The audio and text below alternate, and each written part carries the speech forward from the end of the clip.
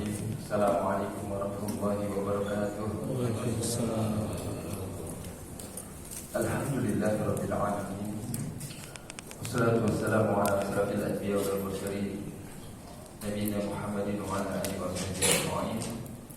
Subhana malikil quddus, subhana dzil mulki wal malakut, subhana dzil izzati wal 'azamati wal qudrati wal hayyi wal sultan wal jamal wal kamal wal jalal wal kibriya wal jabarut. Subhana malikil hayyul qayyum alladzi la yamutu wa la yamutu abada. Subuh kudus rabbuna wa rabbul malaikati war ruh.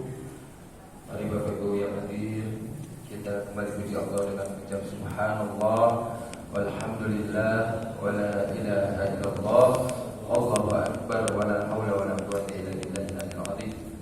Allahumma shalli wa sallim wa barik ala nabiyyina wa habibina syafiina maulana Muhammadin wa ala alihi washabbihi ajmain.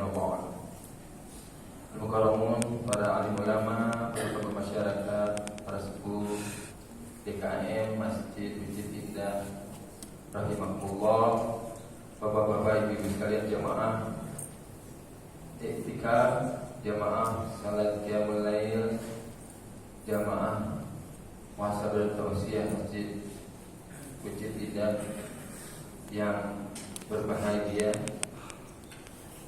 Syukur alhamdulillah, pagi ini di hari ke-28 ya, malam ke-28 bulan Ramadan, Allah masih memberikan takdir yang baik buat kita semua. Alhamdulillah. Di antara mungkin dari 100% umat Islam yang ada pada bulan Ramadan ini, mungkin kita bagian kecil yang ketika datangnya akhir Ramadan masih menyempatkan diri iktikaf di masjid. Apa tujuan kita sebetulnya? Karena setiap apa yang kita lakukan nanti ditanya oleh Allah Subhanahu wa taala, apa yang kamu lakukan, apa maksud dan tujuannya. Walaupun Allah sudah tahu apa yang tujuan kita. Ini adalah aplikasi daripada keimanan kita pada Allah, yang Allah Subhanahu wa taala serukan kepada kita sebagai orang-orang yang beriman. Orang-orang yang beriman yang diajak ketika bulan Ramadan untuk berpuasa. Selain berpuasa, Rasulullah mengajarkan pada kita pada akhir-akhir Ramadan, lebih banyak Rasulullah SAW di masjid beriktikaf. Karena kalau kita pakai standar bilangnya nggak sempat, maka segala sesuatu nggak bisa kita laksanakan. Apalagi urusan ibadah. Kalau urusan ibadah, Bapak Ibu sekalian, kalau kita niatnya, kalau kita sudah ada terpola pikiran kita nggak sempat, kita bakal sempat sampai ke Bapak. Ada orang yang ketika telinganya masih mendengar, matanya masih melihat, mulutnya masih berbicara, tetapi ketika ada orang melakukan kebaikan, dia tidak bisa berbuat apa-apa. Bahkan komentar pun nggak bisa apa-apa. Diajak padahal sudah di-share, ada iktikaf, ada pengajian, ada qiyamul lail, komentar aja nggak bisa. Apa orang itu? Orang-orang yang sakaratul maut. Ketika di sakaratul maut, dia masih dengar. Dia lihat orang puluh lawan di depannya, kemudian juga dia tahu apa yang jadi pembicaraan, ajakan, nggak bisa. Kenapa? Posisinya udah sakaratul maut. Tapi ada orang yang fisiknya sehat, akalnya sehat, pendengarannya masih bisa mendengar dengan sempurna, matanya bisa melihat, kakinya bahkan kalau maraton ataupun naik sepeda bisa berpuluh-puluh kilo. Tidak sampai ke sini. Ajakan, panggilan selalu dibalasnya dengan tidak sempat. Tidak sempat, tidak sempat.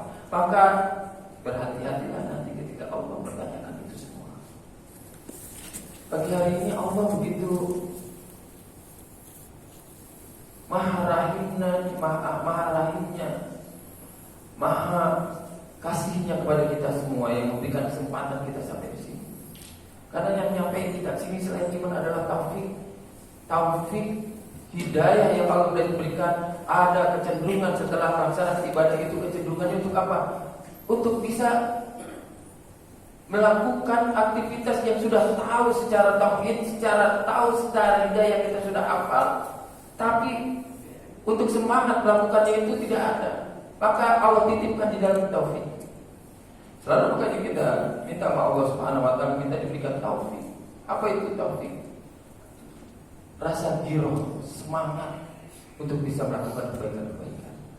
Semoga kita semua yang hadir ini adalah orang-orang yang mendapatkan malam Lailatul Qadar, orang-orang yang dipilih oleh Allah, orang-orang yang mendapatkan kemuliaan daripada 1000 bulan. Karena kita umur kita kenapa orang-orang Yahudi, orang-orang Nasrani itu iri dengan umat Nabi Muhammad. Mereka padahal diberikan kesempatan juga untuk berpuasa, tapi Rasulullah dikasih khusus bulan untuk berpuasa. Maka kalimatnya Allah sampaikan pada Rasulullah, apa yang disampaikan oleh mereka bahwa mereka lebih baik tidak. Karena umatmu Muhammad, aku berikan bulan khusus, bulan Ramadan, yang di dalamnya berpuasa, malam qiyamul lail, yang Allah jamin itu semua man shoma ramadhana imanan wa ihtisaban ghufira lahu ma taqaddama min dhanbi. Puasa kita nih jadi jaminan. Untuk apa? Allah hapuskan dosa-dosa kita yang telah lalu. Man qoma ramadhana imanan wa ihtisaban ghufira lahu ma taqaddama min dhanbi. Barang siapa yang sholat malam, pada malam harinya dia berdiri untuk sholat, maka menjadi jaminan kata Rasulullah, Allah ampuni dosa-dosa yang telah lalu. Kenapa sih kita sampai berlelah-lelah, capek kita malam kayak begini, ya? Bangun dari jam 1 ke sini, tidur nyenyak. Mata kita buka, berdiri sempoyongan kadang-kadang. Kenapa? Karena oksigen kurang, saatnya tidur, malah kita pakai untuk. Tapi buat orang-orang ini yang bisa semangat ini, dia tahu kenapa butuh ini. Kenapa kita butuh ini? Karena kita tahu kita banyak dosa. Seorang ulama besar, dan beliau dijuluki dengan gelar ulama Haramain, ulama untuk 2 kota haram, yaitu Al-Fudail bin Iyad. Fudail bin Iyad ini, beliau adalah salah seorang imam dan juga menunjukkan untuk bertanya dalam tauhid dan dalam fikih di kota Mekah dan Madinah. Siapa Fudail bin Iyad? Fudail bin Iyad ini adalah seorang perampok, seorang penyamun, seorang yang kejam. Kalau orang dengan suaranya ada, orang pada takut. Ketika masa mudanya, Fudail bin Iyad ini, dia punya lembah. Ada satu lembah yang kalau dilewati oleh para saudagar yang mau melintasi antara Mekah dan Madinah, dari kota Mekah ke Yasrib, itu ada satu lembah yang dia kuasai. Lembah itu, kalau ada pedagang-pedagang lewat situ, dia rampok, hartanya diambil, orang ini bunuh. Insyaallah. Tapi satu ketika Fudail bin Iyad ketika mau melaksanakan aksinya, ada rombongan kafilah yang di dalam kafilah itu ada seorang ulama. Dia kan sampaikan, Fudail bin Iyad ini karakternya kalau nyerang musuhnya itu, pertama dia akan melepaskan anak panah, dia akan menyerang itu. Maka langkah pertama kita lakukan, ya, ketika kita mengambil posisi menyerang duluan. Sebelum menyerang, ya, lemparkan anak panah. Sebelum lemparkan anak panah, bacakan ayat Al-Quran. Maka sebelum ditancapkan ketika di lembah itu, sebelum panah dilepaskan dari musuhnya, ini seorang ulama ini membacakan ayat Al-Quran. Setelah dilepaskan anak panahnya, ternyata tidak ada reaksi.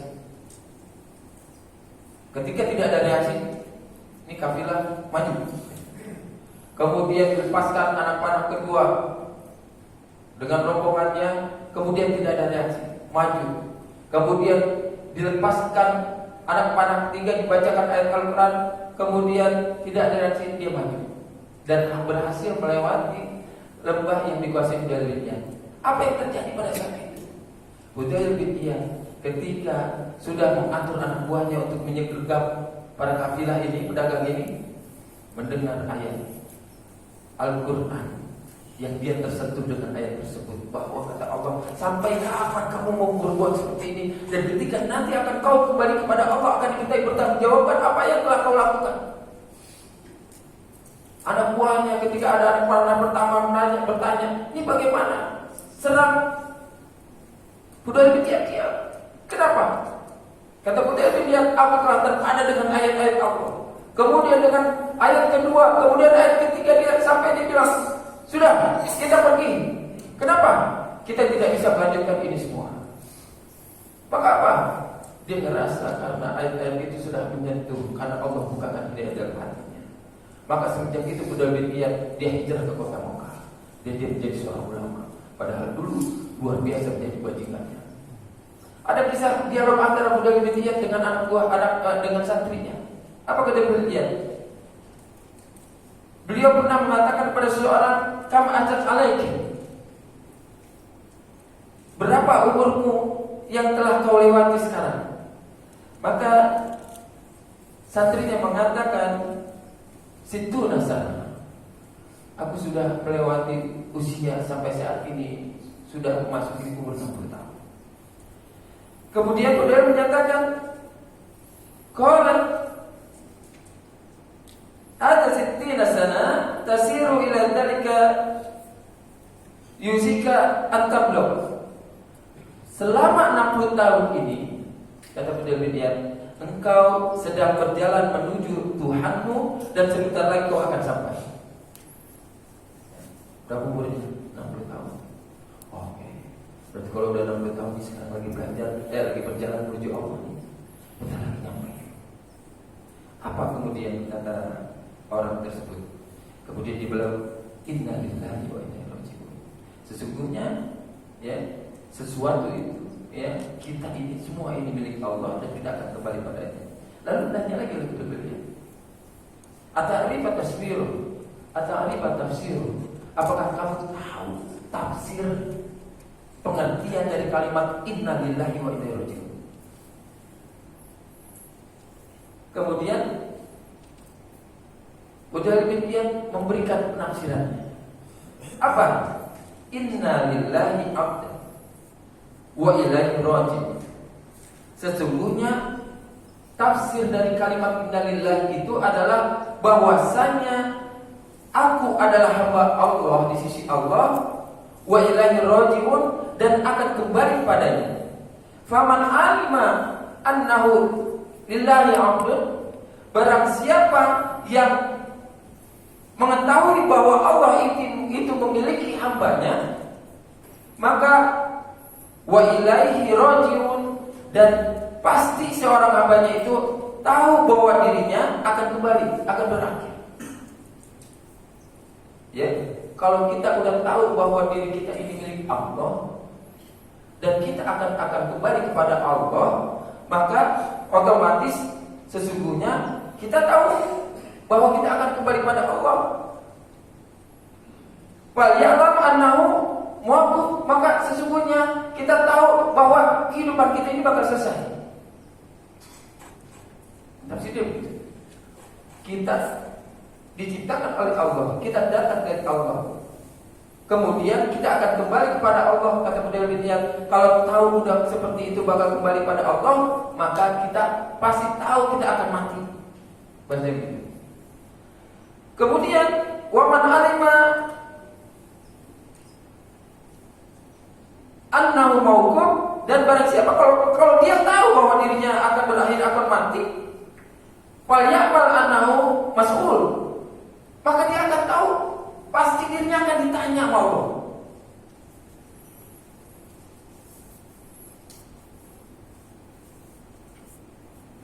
Wa man alima annahu mas'ul, dan dia kalau dia tahu dirinya bakal ditanya oleh Allah nanti, tanggung jawab kita, maka fal ya'id mas'ulun jawaban, maka dia pasti sudah mempersiapkan jawabannya.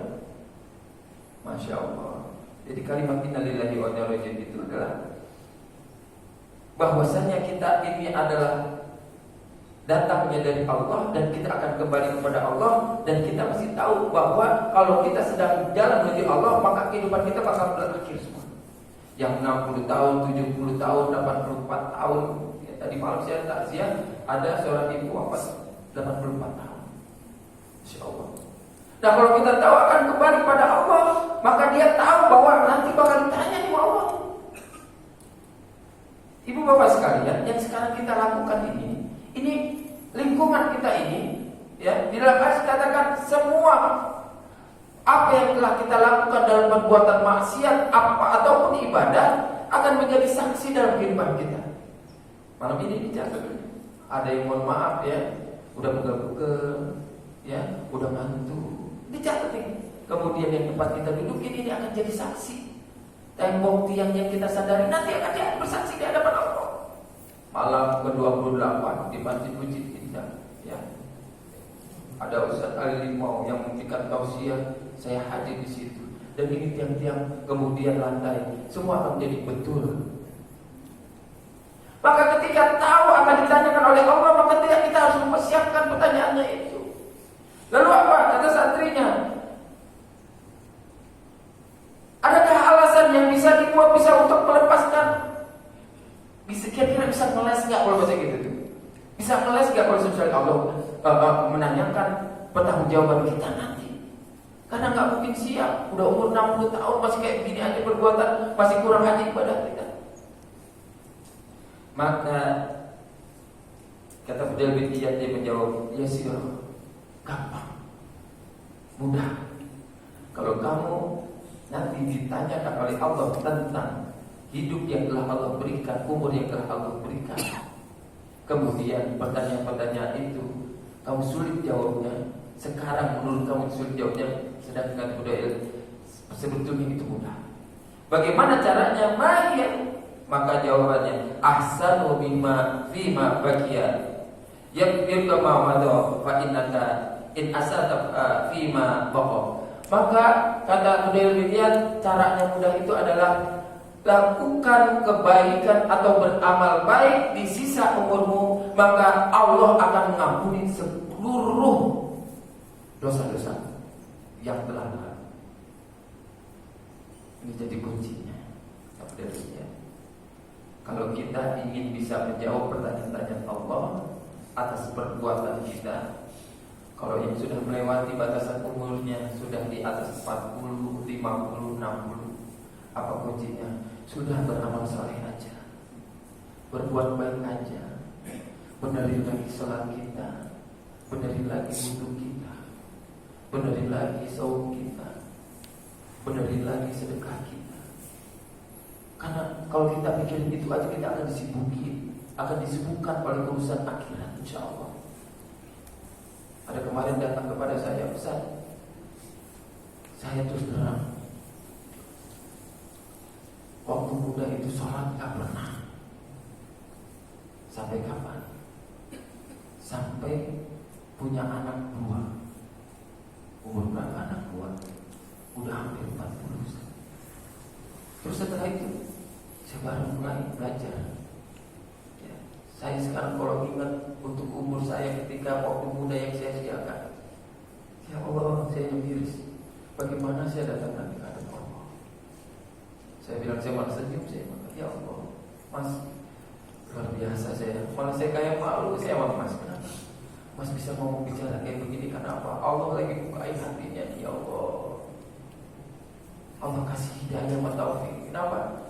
Karena jarang orang yang mengingat suatu permasalahan kehidupannya yang buruk, yang terlalu, yang hubungan dia sama Allah yang telah lalu pernah dia sia-siakan. Memangnya kenapa bisa seperti itu? Saya dulu sekolah di luar negeri, dari SMA sampai di saya kuliah. Saya kemudian sampai menikah, saya pulang balik ke Indonesia. Alhamdulillah punya rumah dekat masjid. Dari situ saya dengar dari rumah ada tausiah. Saya dalam keadaan terpuruk, ada manusia begitu.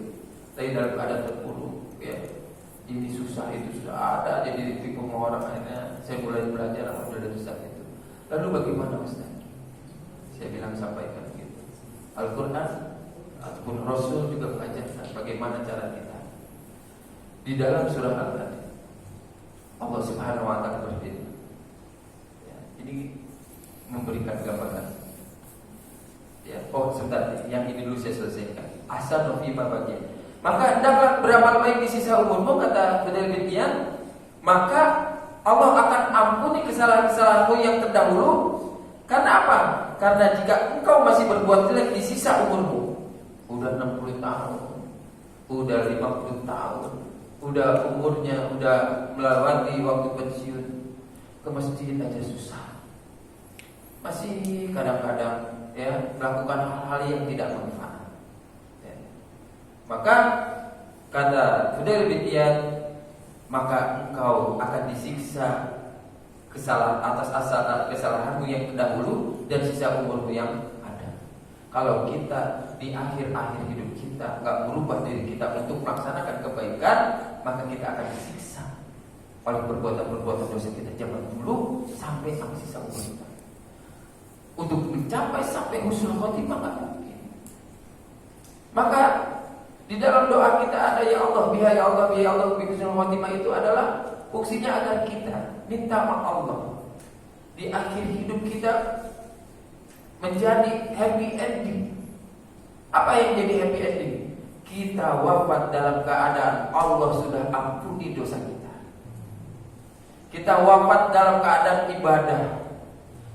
Kita wafat dalam keadaan anak-anak kita sudah bisa mendoakan kita. Begitu. Kita wafat udah punya investasi. Ada bangunan masjid yang pernah kita sumbang. Ada sekolah yang pernah kita dirikan. Ada anak-anak yatim yang sudah kita sekolahkan. Ada investasi akhirat yang menjadi tabungan kita. Ketika kita sudah tidak ada, ngalir terus pahalanya. Itulah orang yang tahu bahwa dirinya akan kembali pada Allah. Tapi orang-orang yang tahu bahwa dia akan kembali pada Allah, tidak mempersiapkan diri, sama juga orang yang pulang kampung sekarang pakai motor butut. Bensinnya nggak ada, uang beli bensin nggak ada, maksain diri. Pulang kampung lewat jalur Kalimalang, baru belum nyampe Bekasi. Alat onderdilnya ada yang rusak, bannya bocor, akhirnya apa? Tersisa selama perjalanan di Jawa. Tapi buat orang-orang yang tahu pulang kampungnya nanti kepada Allah, udah tahu batasan dia, sejauh mana amal dia sampai ini, yang dia pikul nanti dia hadapkan persembahan terhadap Allah yang menyelamatkan dia. Dia sudah memperbaiki sholatnya, dia sudah memperbaiki puasanya, dia sudah memperbaiki wudunya, dia memperbaiki semua ibadahnya. Dia tata semua keluarganya. Kalau ada istrinya yang masih sholatnya belum baik, dia kasih dakwah. Kalau ada anaknya masih belum bisa baca Al-Quran, dia dakwahkan, dia panggilkan guru ngaji. Maka dia sedang mempersiapkan diri. Maka kalau dia sudah mempersiapkan diri itu, malaikat akan datang. Saya sedikit ini cerita tentang saya sebut saja namanya. Ini insya Allah menjadi kebaikan orang yang sudah wafat, ya kita sebutkan kebaikan. Ini kisahnya tentang almarhumah. Mungkin di sini sudah tahu kisahnya, ataupun ada saudaranya. Mohon maaf saya ceritakan di sini. Ya, almarhumah Ibu Saidah yang benar-benar punya menara Saidah. Dia wafatnya di MNC. Ya. Jadi saya mendapatkan cerita karena pada saat itu salah satunya saya di WhatsApp untuk minta didoakan. Almarhumah ketika mau akhir hidupnya, ini cerita saya baik ke menantunya yang konservatif. Dia bilang apa? Mama ketika mau menikah, apa yang ada di sini di dompet segala macam, dia panggil susah-susah dikasih. Kemudian apa? Dia tanyain zakat, karena waktu itu menjelang Ramadan kalau salah. Zakat sudah diserahkan belum ke rumah dia. Karena bakti cerita waktu itu masih jadi ketua dia, itu kalau bisa ini zakat itu sekitar 500 juta. 500 juta. Kemudian setelah disampaikan, ditanya, akhirnya pada menjelang wafatnya dia cerita, Mama mau pulang, Karena Bang Ari sudah ada, sudah mati, sudah siap jemput. Ari kakaknya Bapak Ari itu yang sudah tinggal di sini, yang udah duluan, udah menyemprot. Lebih enak, lebih indah.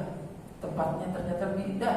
Kenapa? Di pandangan dia ya ketika orang mau wafat yang amalnya banyak itu Allah sudah siapkan. Sudah dikasih dulu nih gambarannya. Nih nanti tinggalnya di sini nih kaplingnya nih. Padahal masa hidup tinggalnya jadi Jalan Penogoro luar biasa seperti apa kurang. Apa dia bilang? Mau pulang tempatnya indah, lebih bagus lagi dari sini. Ya Allah ya Rabbana. Ini gambaran bagi apa? Orang-orang yang sudah mempersiapkan diri. Maka Bapak Ibu sekalian yang saya muliakan, ini kesempatan di Ramadan ini. Kalau kita ada harta kita, buru-buru ya, bersih dengan Ramadan sekali. Ya. Ketika ada zakat ataupun zakat fitrah, dari sekarang harus kita persiapkan. Kenapa? Takutnya nggak sampai takbiran besok itu udah selesai. Selalu itu yang jadi persiapan bagi kita. Zakat kita, kemudian sholat kita, sekali lagi tadi wudhu segala macam. Tiap hari kita perbaiki. Karena dengan seperti itu kita disibukkan dengan akhirat. Barang siapa yang ngejar dunia, akhirat tidak ikut kata Rasul. Tapi dia kalau ngejar akhirat, dunia mengikuti. Dunia itu di dalam surah Al-Hadid ayat 20 Allah berfirman, A'udzubillahi minasyaitonir rajim. I'lamu annamal hayatud dunya la'ibun wa lahu. Sesungguhnya kehidupan dunia itu hanyalah permainan dan sedang gurau. Lihat digambarkan permainan. Dunia ini digambarkan Allah itu permainan dan sedang gurau. Apa maksudnya permainan dan sedang gurau? Dunia itu karakternya begitu. Kehidupan dunia pertama main-main dulu. Udah kecil main, udah sedikit dari umur 7 tahun, 8 tahun, 9 tahun udah mulai mau balik. Kerjanya apa setelah main? Sedang gurau. Sedang gurau sama teman, bercanda apa segala macam. Kemudian apa? Wazinatun wa tafakkurun bainakum wa takasurun fil amwali wal aulad. Kemudian permainan, sedang gurau, kemudian perhiasan. Sudah bercanda-canda antara umur 9-10 tahun ya, sampai dengan umur 14-15 tahun perhiasan. Udah mulai berhias. Yang laki-laki ya sudah mulai, kalau motong rambut sudah mulai pakai model. Dulu kalau bapak sama anaknya gitu ya, motong rambut udah waktu saya kecil tuh udah cepak aja udah selesai. Tapi udah mulai dari bisa beli hias. Perempuan udah mulai koleksi skincare ya. Kenapa tahu gitu? Anak saya udah mulai ambil baik seperti itu ya. Saya jadikan gimana? Saya anak saya saya jadikan Pak. Saya waktu ngisi di sini 10 tahun lalu saya ngisi di sini 10 tahun lalu. Tahun 1434 Hijriah. Saya ngisi seperti ini. Saya handphone mati, ketika masuk mobil dihidupkan ada miss call beberapa kali. Ternyata dari miss call itu istri saya telepon sudah pembukaan ya, karena istri saya hamil 9 bulan waktu itu. Akhirnya dari sini saya ke rumah sakit ASI, istri saya melahirkan. Waktu itu kajiannya kita ngebahas surah Al-Waqiah. Ya, kemudian pulang dari sini maka saya ingat banget anak saya kasih nama Haura. Karena di dalam surah Al-Waqiah itu ada wahurun ain, ya, ada bidadari yang bermata indah yang menemani para penghuni surga. Maka anak saya kasih namanya Al-Fahur, ya, 1000 bidadari. Pulang dari sini saya catat nih. Tadinya saya menamai Al-Fahura Bucit Indah. Saya dari Bucit Indah. Ya saya baru nih habis makan lupa informasi sampai ke itu 10 tahun lalu, karena anak saya ingatnya kalau anak saya ulang tahun haulnya almarhum Uje. Karena setelah anak saya 2 minggu lahir, 2 minggu kemudian Uje meninggal ya. Ya. Jadi apa? Jadi bagian apa dunia itu? Tadi pertama permainan. Main-main aja kita di sini ya. Main semua dunia itu semu. Harta ditumpuk-tumpuk, udah ditumpuk-tumpuk ditinggal. Coba ini, Ibu bapak tiap hari kerja, misalnya kerja pagi, ya jam 6 udah keluar rumah, pulang matahari terbenam. Apa yang terjadi setelah itu? Pulang harta, mati kita, ditinggalkan tuh. Ditinggalkan yang sudah dikumpulkan. Ibu berdandan agar cantik. Setelah cantik, lihat mau tidur, hilang lagi. Itulah permainan dunia seperti itu. Kemudian apa? Setelah permainan berhias, ya tadi dari permainan senda gurau berhiasan. Kemudian apa? Setelah berhiasan, kemudian saling berbangga-bangga antara kamu dan saling berbangga-bangga di antara kamu, berlomba dalam kekayaan dan anak keturunan. Nah, setelah berhias nih, sudah akhir balik 14 tahun sampai 30 tahun, ya, dan dia berhias, ya. Apapun ada produk apa dia coba segala macam, ya. Setelah itu apa? Dia punya anak, dia berbangga-bangga. Dengan apa? Dengan pertama kekayaan. Karena udah mulai punya penghasilan. Wah, alhamdulillah saya udah punya ini, sudah punya ini, punya mobil ini, punya rumah ini, punya villa. Oh, semuanya. Jadi bangga-bangga. Ya, dibikin vlognya, dibikin YouTube-nya, dibikin statusnya, dibikin media sosialnya. Bangga. Dengan apa? Kata Al-Quran, dengan kekayaan. Setelah kekayaan, tuaan sedikit, berbangga dengan anak keturunan. Ya, Pak Haji, kalau kita udah segini, yang ditanya apa kalau sama temennya? Udah punya cucu berapa? Alhamdulillah, saya udah punya cucu 4, ada punya 3. Yang satu jadi dokter, yang satu jadi tentara, yang satu jadi polisi, yang satu. Lihat gambaran Al-Quran itu seperti itu dunia, Masya Allah. Setelah itu apa yang terjadi? Setelah berbangga-bangga dengan keturunan, Allah mengibaratkan seperti hujan yang tanaman-tanamannya mengagumkan para petani. Itulah kehidupan dunia sampai situ. Ketika orang mau panen, Masya Allah, padinya sudah menguning, lihat begitu hasilnya begitu banyak. Tapi setelah panen, lihat, kemudian tanaman itu menjadi kering. Dan kamu lihat warnanya kuning, kemudian menjadi hancur dan kemudian jadi hancur. Tapi setelah itu apa? Udah kuning, bangga segala macam, lama-lama habis jadi coklat. Kemudian coklat apa? Keriput. Gambar tua tuh. Yang tadinya cantik, yang dibilang sebagai model ternama, akhirnya apa? Ya keriput juga. Oh, sekarang bisa ada operasi plastik, ya. Pakai yang tercanggih, datang ke Korea apa segala macam. Ya mau pakai apapun, nanti tanyain sama dia bakal mati juga enggak? Mati juga. Saya kadang-kadang ada orang yang puasa itu datang saya, kalau lagi ngobrol gitu, doain ya Ustaz, gampang. Puasa ini aku turun sampai 10 kilo sih targetnya. Puasa targetnya biar jadi langsing. Akan kembali pada niat itu. Kembali pada niat. Emangnya niat apa? Ya tahun ini saya pengen sih selama Ramadan ini niat saya biar saya lebih kurus. Doain ya. Terus udah gitu masih lanjut lagi. Gak bisa minta doanya dong, kita biar sebesarnya langsing ini kurus gak berat-berat apa? Siapa tepuk jidat? Astagfirullahaladzim. Ya.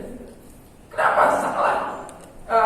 Karena yang kualitasnya yang tadi hanya casing apa casing. Padahal nanti ketika wafat, mohon maaf, mungkin yang badannya lebih gemuk, yang lebih disukai oleh cacing. Daripada orang yang udah slamming datang, mungkin makhluk Allah yang ada di dalam kubur itu ada ular, ada cacing segala macam bilang, gak suka apa tulang doang. Padahal di dunia dibanggakan luar biasa. Tapi ketika yang mulai ada berlebihan, ya kemarin saya marah itu ada anak santri saya yang memplesetin. Kata dia, man taqulat mawazinu bahwa fi isyatir radiyah. Barang siapa yang berat timbangannya, maka nanti ada surga tempat yang indah. Makanya saya makan banyak biar timbangan saya berat. Berat apa? Berat makan. Itu jadi dalil ya buat orang-orang yang katanya berat bobotnya lebih. Ya, jadi seperti itu digambarkan. Setelah berbangga-bangga dengan anak, ternyata dunia itu apa? Udah makin tua, makin longgar. Pendengaran mulai kabur, mata mulai sudah penglihatan kurang. ya, udah nggak bisa punya, makannya cuma bubur, jalannya cuma dari dapur ke kasur, boro-boro ke tempat yang lain. Maka apa yang ada di dia? Saya pernah diundang Pak, makan di hotel bintang 5. Masya Allah, itu nikmat sekali Pak.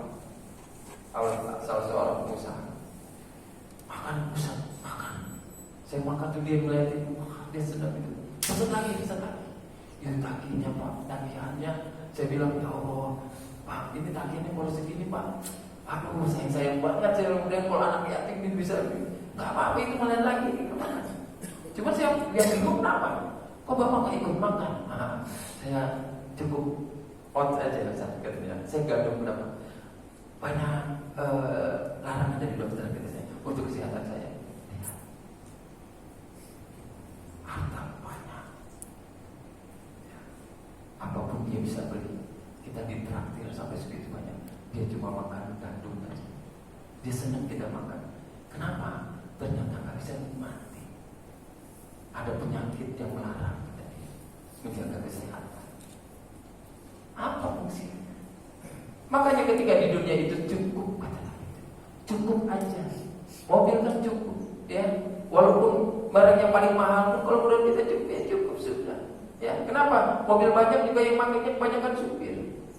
Ya, saya baca vlog tuh yang Kang apa tuh yang di muka, dia bilang ini bos saya punya Rolls Royce-nya 4, tapi yang 3 dipakai supir, dipakai buat kopi gitu pasar. Kalau macam udah pakai aja. Kenapa? Apapun yang kita punya, yang kita pakai masih sedikit.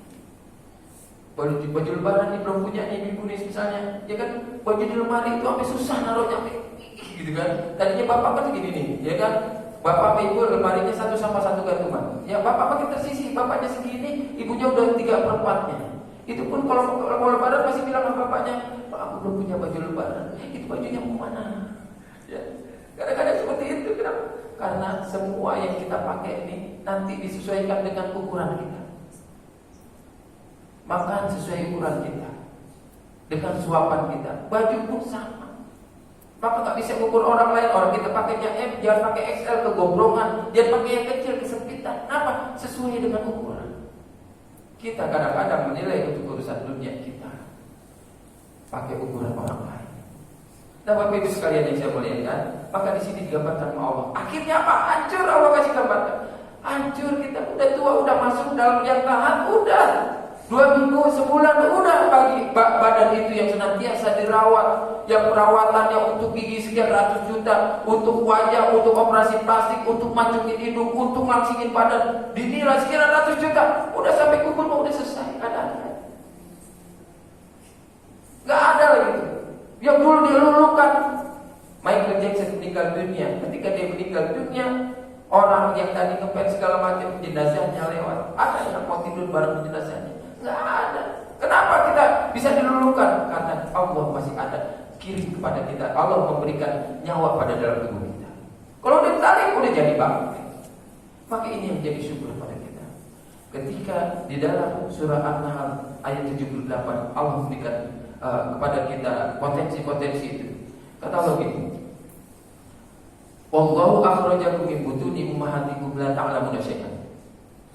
Wallahu akhrajakum, sesungguhnya Allah dan Allah ya mengeluarkan kita min butuni ummahatikum, dari perut ibu kita, la ta'lamuna syai'an. Bodoh kita, nggak tahu sama sekali, lemah kita, merangkak nggak bisa, membalikan badan tengkurap aja nggak bisa. Bisa cuma nangis. Huruf kalau nggak bisa A saja, cuma A, O sama A, O sama A, ini belum bisa. Punya apa kita lahir? Nggak ada. Kemudian Allah kasih modal apa? Wa ja'ala lakumus sam'a. Pertama Allah kasih pada kita pendengaran. Lihat modalnya apa? Dengar. Makanya ketika ada bayi, hasil riset di Eropa, bayi yang ada di dalam kandungan, ketika dia diputarkan selama hamilnya itu musik-musik klasik dari Mozart, Beethoven segala macam, lahir jadi anak cerdas. Dan itu diganti dengan apa? Ketika seorang muslim Yang istrinya muslimah dia hamil, dia ganti. Bukannya pakai Mozart, bukan pakai Beethoven, tapi apa? Pakai mendengarkan ayat-ayat Quran. Lihat tuh yang sekarang, ada cilik. Ditanya, ini anak sudah hatam Quran, hafal Quran umur 7 tahun. Coba lihat deh. 7 tahun bisa hafal Quran seperti Al-Imam Asy-Syafi'i. Ditanya, Pak, ini tuh 30 tahun, 30 juz dia hafal umur 7 tahun. Bagaimana dia baca Qurannya? Dia umur 3 tahun itu sudah bisa belajar Quran. Lah, prosesnya bagaimana ngajarnya? Waktu dari istri saya hamil, terus kita bacakan Quran dan kita mendengarkan. Yang baca bapaknya, mamanya juga hafizo, dibacain lah. Anaknya tadi, waja'ala lakumus sam'a, Allah kasih potensi dengar.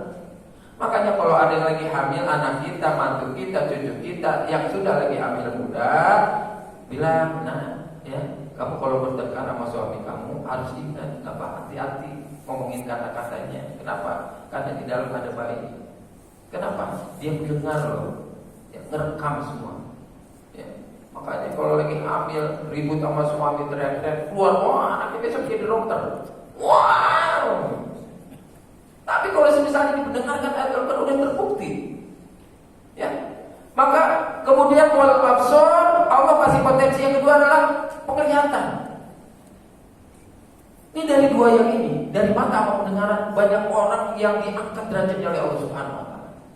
Bayangkan, ya, jadi petugas bank ataupun jadi karyawan, jadi apapun peneliti, karena Allah kasih mata. Asbab Allah kasih telinga ini, ya, dia tahu. Kemudian setelah telinga, kemudian dia Allah kasih mata, Allah ciptakan apa? Wal afidah. Wal afidah. Yang ketiga itu Allah kasih potensi itu hati. Hati nurani. Bukannya ke mulut, bukannya ke lisan. Kan menurut kita nih, Allah ciptakan telinga, mata dan lisan buat bicara. Tapi Allah apakah ciptakan apa? Wal afidah yang ketiga Allah ciptakan hati. Agar apa? Yang kita dengar, yang kita lihat jangan langsung diomongin, tanya dulu hati. Ini kan yang terjadi begitu. Ya, tersebar hoax itu gara-gara gitu ya Pak. Yang dia dengar, yang dia lihat, langsung tangannya bicara. Share. Dia nggak tahu lagi, nggak fakta. Oh, ini sudah sesuai fakta. Tanya hati. Kira-kira kalau disampaikan di share ada manfaatnya enggak? Wah, ada manfaat, tapi kan ada yang tersinggung kan? Dia juga kan punya keluarga. Bayangkan kalau itu jatuh kepada keluarga kamu. Sesuai fakta, sesuai apa yang dilihat. Tapi tanyakan pada hati. Kenapa? Kalau ini aku lakukan, terjadi pada diriku dan keluarga, kemudian di-share menjadi malu, apa yang terjadi pada diriku? Kenanya hati begini. Fatwa kan hati. Maka Allah memberikan potensi ini la'allakum tashkurun, agar kita menjadi hamba Allah yang bersyukur. Sedangkan di surah Al-A'raf ayat 179 Allah kasih kebaikannya. Apa kata Allah? Walaqad darabna fi jahannama katsiran minal jinni wal ins. Sungguh Allah telah menciptakan neraka jahanam itu yang bahan bakarnya dari jin dan manusia. Dari siapa? Karena asbab apa? Lahu qulubun la yafqahuna. Orang yang hatinya kagak dipakai, dibalik nih dari hati. Kemudian ayunun, ya, matanya la yubsiruna biha, yang matanya diciptakan oleh Allah tapi tidak dipakai untuk kebaikan, untuk melihat. Lahu ujunun, ya, udununnya, kupingnya udah diciptakan, di pendengarannya tidak dipakai untuk kebaikan. Maka bagi Allah itu orang yang demikian itu seperti binatang ternak baru atau bahkan lebih sesat.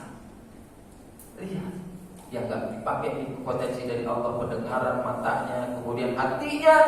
Lihat, Allah katakan di dalam Al-Quran lebih sesat, lebih rendah nilainya dari binatang, dan bahkan lebih rendah daripada itu. Kita nggak mau seperti itu.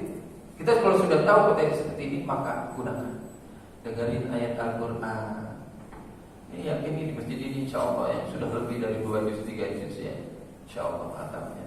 Saya bikin program setiap hari one day one juz. Alhamdulillah nih hari ini subuh insya Allah juz 28. Yang ikutan banyaknya yang udah umur tua. Saya makan bingung yang udah pada kemana gitu ya. Makanya yang subuh dibacakan yang udah, mohon maaf nih, yang alhamdulillah ya Pak, yang tadi yang juga kita udah yang orang-orang yang Allah jalannya lagi dihapusin di dosa-dosa itu lah. Ya.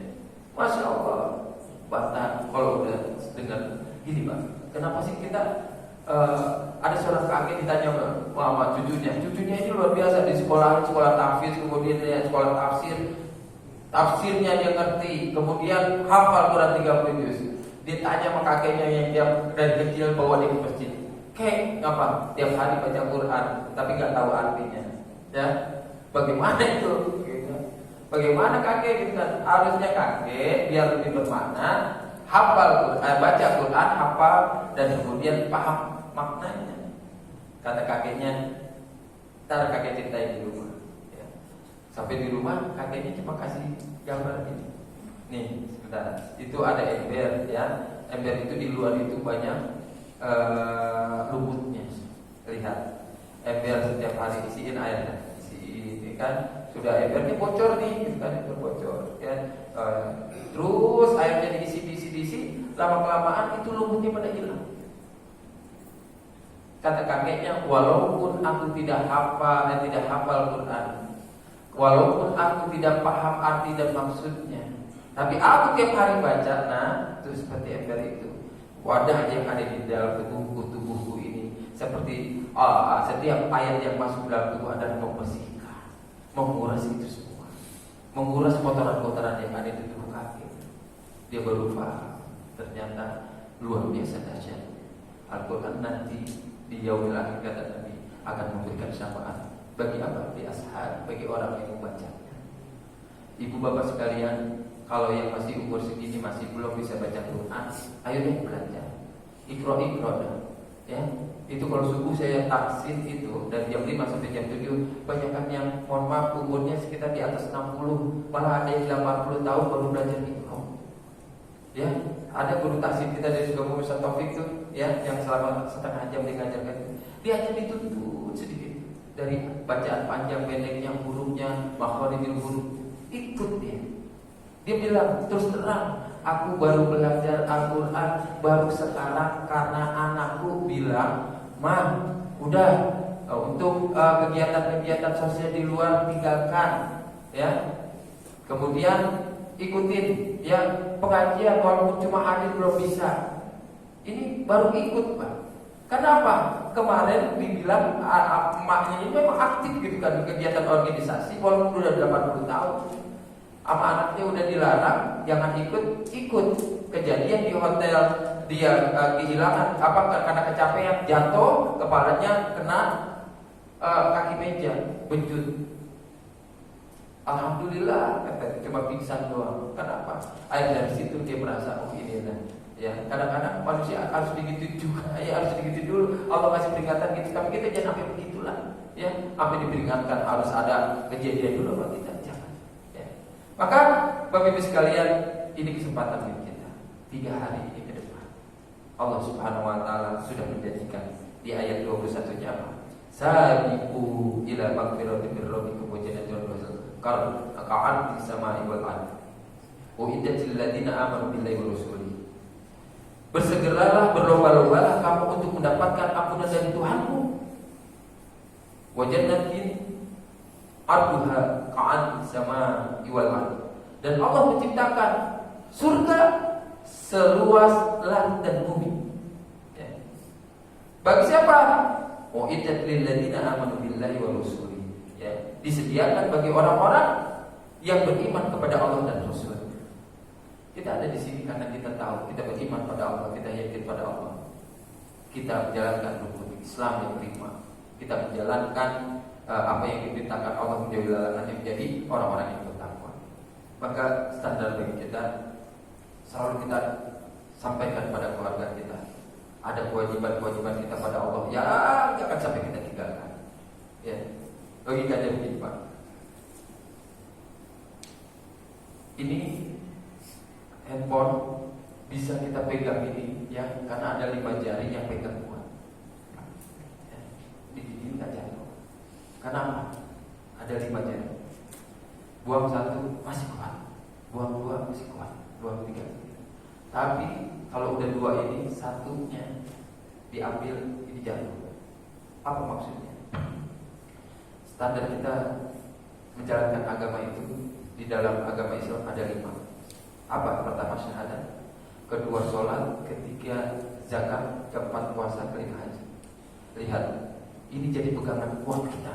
Kalau 5 rukun Islam, 5 dasar daripada agama Islam ini dipegang, 1 dibuka, ditinggalkan oleh kita. Karena apa? Haji masih kuat. Kenapa? Kalau nggak mampu, nggak haji nggak masalah.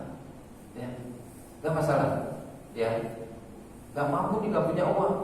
Ya, ataupun hajinya nunggu lama, apa yang tinggal dulu sama Allah masih imam. Kemudian zakat. Kalau dia nggak punya harta, nggak zakat, nggak jadi hitungan di sini. Nggak masalah. Yang keempat, yang ketiga nih sholat. Sholat ditinggal, puasa. Puasa ini tidak dilakukan bisa. Bagi siapa? Orang dalam perjalanan, orang sakit, kemudian wanita, bisa dibayar dengan fidyah atau diganti dalam puasa pada hari-hari berikutnya setelah Ramadan. Tapi ada yang 2 ini. Yang pertama menjadi pondasi adalah syahadat, asyhadu an la ilaha illallah wa asyhadu anna muhammadar rasulullah. Yang kedua ini adalah sholat. Sampaikan pada kita. Nah, kalau kamu sholatnya ditinggal, tidak ada pegangan, maka sholatnya ibadah. Sholat itu adalah tiang agama. Runtuh tiangnya ketika sholatnya mulai ditinggalkan. Maka Bapak Ibu sekalian, ini jadi penting buat kita semua dalam pertemuan kita pagi hari ini. Agar apa? Ketika kita taat, wa'idzatil ladzina amanu billahi wa rasulih, orang-orang yang senantiasa mengikuti ya, taat kepada Allah dan kepada Rasulnya, maka Allah akan surga seluas langit dan bumi. Dzalika fadlullahi yu'ti man yasha wallahu dzul aziz. Apa kata Allah? Dan Allah karunia Allah yang diberikan kepada apa yang dikehendaki, dan Allah mempunyai karunia yang besar. Karunia terbesar bagi kita insyaallah Allah berikan surga Firdaus bagi kita semua. Amin ya rabbal alamin. Baik Bapak Ibu sekalian yang saya muliakan, sebelum kita tutup,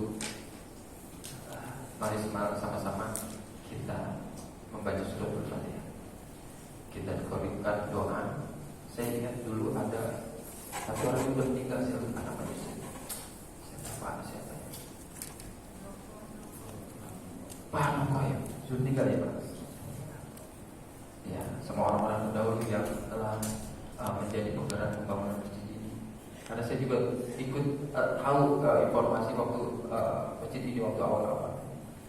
Karena saya dulu sering ngaji di rumah Pak di sini, ya di sini dulu, dan ambil tiket yang mau menjadi sini.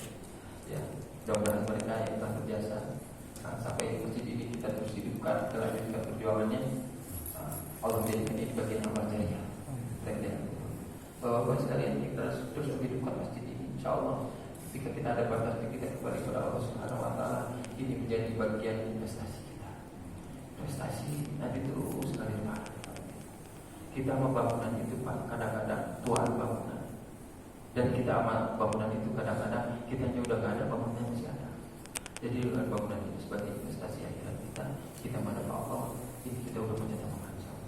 Kita baca surat Al-Fatihah buat mereka yang telah memakamkan di masjid kita ini, yang sudah berjuangkan sampai berdirinya, ya, khususnya Pak Nopo ya.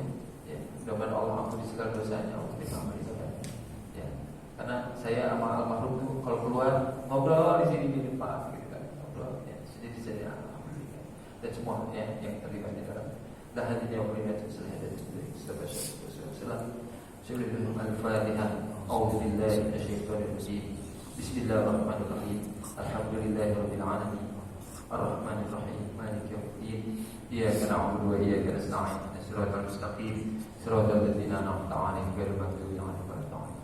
Astaghfirullahaladzim wa bihamdihi ya Allah ya ma'bud. Allahumma shalli wa sallim wa barik ala sayyidina Muhammad wa ala sayyidina Muhammad. Allahumma ighfir lana dhunubana walidaina kama rabbayani. Ya Allah, ampuni segala dosa kami, ampuni dosa kesalahan kami, ya Allah. Ampuni dosa-dosa kami dari mulai akhir balik, ya Allah. Ampuni dosa-dosa kami, ya Allah. Dosa-dosa yang sengaja kami lakukan, ya Allah. Ampuni dosa-dosa kami, ya Allah, yang telah bermaksiat kepadamu.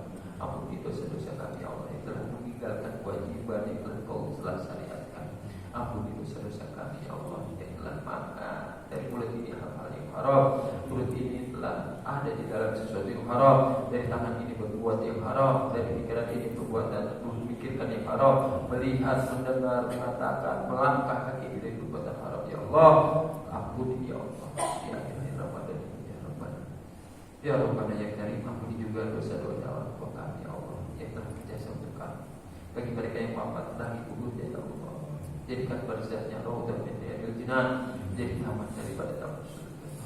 Ya Allah, ya Tuhanku, kami mohon, ya Allah, sayangi orang tua kami, ya Allah, sebagaimana mereka menyayangi waktu kecil. Ya Allah, ya Tuhan kami, kadang kami bisa menjaga mereka, ya Allah, hanya pada waktu menjelang Idul Fitri, setelah Idul Fitri atau menjelang Ramadan. Kami mohon, ya Allah, setiap waktu kami bisa berziarah mereka dalam selesai ibadah sholat kami dan sholat berfatihah. Ya Allah, dengan apa yang kami doakan sebagai jadi Rasul, ya Allah, sesuatu yang tidak terputus adalah doa dari anak-anak. Pada malam hari kami doakan yang wafat, ya Allah, ampuni mereka, ampuni ayah mereka. Bagi yang hidup, ya Allah, nanti kami boleh sehatkan berkatan usia, ya Allah, wafat mereka dalam keadaan husnul khotimah. Ya Allah, kami punya putra putri, ya Allah, kami anak kami juga punya anak yang kesulitan. Karena ketika kami nanti kami juga dibangkat oleh anak. Ya Allah, kami belum maksimal untuk mendoakan anak, belum maksimal mendidik anak kami, ya Allah. Ini mohon, ya Allah, berikan kesempatan itu, ya Allah, agar anak-anak kami jadi anak-anak yang berbakti dan anak-anak yang soleh yang telah mengumpulkan kami semua dengan keluarga kami juga. Ya Tuhan kami, ketika kami masih muda, kami maksiat melakukan maksiat dosa karena tidak tahu kami. Kami mohon pada malam hari ini, ya Allah, ampuni itu semua, ya Allah. Ya Allah, Kau mampu ampun, mas ampun ibu, ya Allah. Ketika Allah Firaun meminta tolong kepada Musa sebanyak 70 kali ketika air tenggelam, ya Allah. Engkau mengatakan, seandainya Firaun minta sekali dia mohon bertolong kepada aku, maka akan aku tolong. Maka bagaimana dengan orang yang menempelkan jidatnya di dalam sejarah, memujimu, memohon padamu, mengagunkanmu, ya Allah, meminta tolong kepadamu setiap waktu. Maka apakah Kau tidak menolong? Kami yakin bahwa Kau tolong kami. Ampuni segala dosa kami, ya Allah. Berikan kemudahan dalam urusan kami. Jadikan istri kami istri yang salihah, anak-anak soleh dan solehah. Ya Allah, wafatkan kami semua keluarga dalam husnul khotimah. Jadikan dalam harta kami harta yang senantiasa nanti naungi kami, ya Allah, di akhirat dan kebaikan, ya Allah. Jadikan harta kami bermanfaat, berguna, ya Allah. Jadikan apa yang kami miliki, ya Allah, tidak menjadi santungan kami kelak di akhirat. Ya Rabbana ya Rabbana, berikan kami hidayah dan taufik bisa berakhir bukan. Tetapkan iman Islam kami, ya Allah. Tetapkan iman Islam kami, ya Allah. Ya Allah, ada 4 kalimat kata Rasulullah, ya Allah, harus kami pegang ini semua. Yang pertama, syahadat agar Kau ridho, Kau beristighfar agar Kau ampun. Yang kedua, Rasul mengajarkan agar kami senantiasa minta surga dan minta agar kami dijauhkan dari neraka. Sama-sama kita baca asyhadu an la ilaha illallah, astaghfirullah, as'aluka al-jannah wa a'udzubika min syarri. Asyhadu an la ilaha illallah, astaghfirullah, as'aluka al-jannah wa a'udzubika min sakhatika wan nar. Asyhadu an la ilaha illallah, astaghfirullah, as'aluka al-jannah wa a'udzubika min sakhatika wan nar. Allahumma innaka afuwwun tuhibbul afwa fa'fu anna. Allahumma innaka afuwwun tuhibbul afwa fa'fu anna. Allahumma innaka afuwwun karim tuhibbul afwa fa'fu anna. Rabbana la tuzigh qulubana ba'da idh hadaytana wa hab lana min azwajina wa dhurriyyatina qurrata a'yun waj'alna imama. Rabbana atina min ladunka rahmatan wa hab lana min amrina rashada. Rabbana atina fid dunya hasanah wa fil akhirati hasanatan wa qina adzabannar. Wa sallallahu alaihi Muhammad wa ala alihi washabbihi ajma'in.